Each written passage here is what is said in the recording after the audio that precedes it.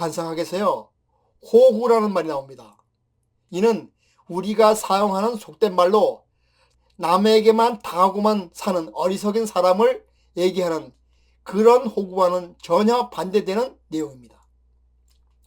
관상학에서 호구는요, 입이 넓고 커서 자신의 주먹을 삼킬 수 있을 만큼 큰 입을 호구라 합니다. 만약 주먹이 입에 들어가는 여성은요, 거부, 즉 큰 부자의 관상으로서 평생 의식주 걱정 없이 살 팔자를 했습니다.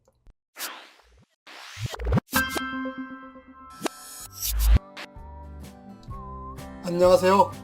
고전의 한수 범태범태우입니다. 오늘 고전의 한수는 남자는 코가 커야 하고 여자는 입이 예뻐야 할까, 이런 주제를 가지고 말씀을 드려보겠습니다. 관상을 믿는 사람이든 믿지 않는 사람이든 우리는 살아가면서 사람의 관상에 대해서 이런저런 이야기를 하게 됩니다.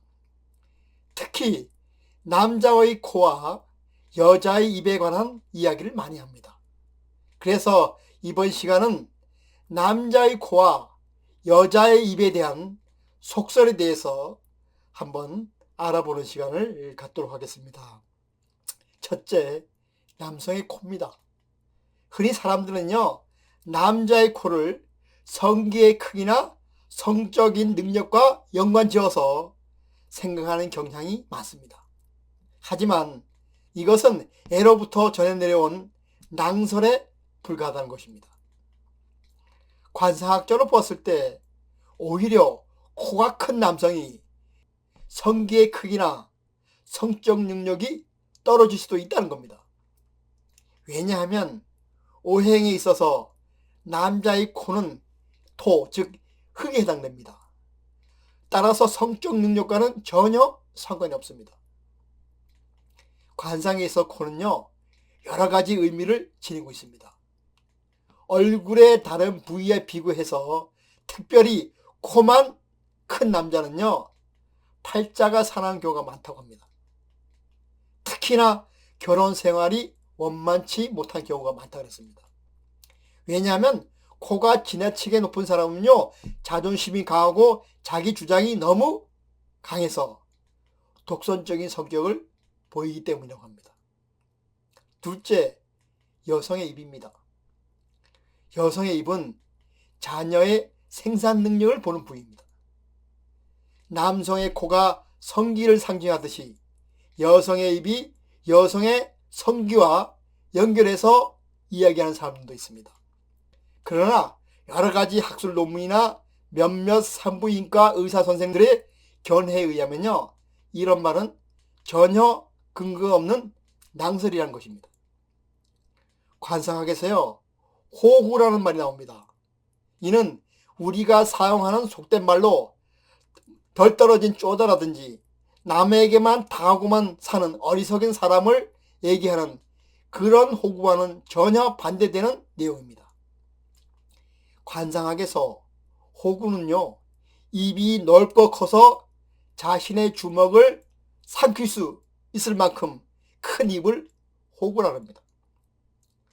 여성분들 중 입 크기에 자신 있는 분들이라면 자신의 주먹을 쥐고 입에 한번 넣어 보시기 바랍니다. 만약 주먹이 입에 들어가는 여성은요, 거부, 즉 큰 부자의 관상으로서 평생 의식주 걱정 없이 살 팔자를 했습니다. 이런 호구의 입을 가진 여성은요, 활동력이 강해서 사회활동을 활발히 하는 여성들 중에서 많이 볼 수 있습니다. 이러다 보니 경제력이 좋아서 웬만한 남자보다는 수입이 훨씬 더 많은 경우가 많습니다. 그래서 남편은 집에서 아이를 돌보거나 살림을 하는 경우가 많습니다. 이런 이유로 인해서 이 큰 여자는 남자를 먹여 살린다, 이런 속설이 나오게 되었습니다. 이는 관상학적으로도요, 전혀 근거 없는 이야기가 아니라고 생각합니다. 입술이 위아래가 도톰하면서요, 길게 일자로 가지런히 쭉 뻗은 입술을 가진 그런 여성이 있습니다. 이런 입술을 가진 여성은요, 평생 의식주를 걱정하지 않고 부유하게 산다고 했습니다. 하지만 위아래 입술이 두텁기는 하나 입술이 길지 못하고 가운데 입술이 조금 열려있는 붕어입과도 같은 입이 있습니다.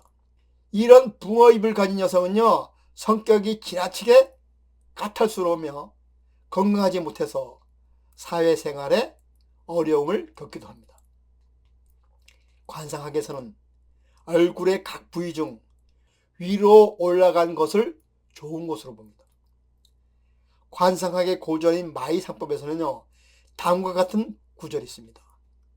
구여 앙월 상조만 정달 부기 열조반 이라는 말이 있습니다. 양쪽 입꼬리가 하늘의 달을 쳐다보듯이 올라간 입을 앙월구라고 합니다.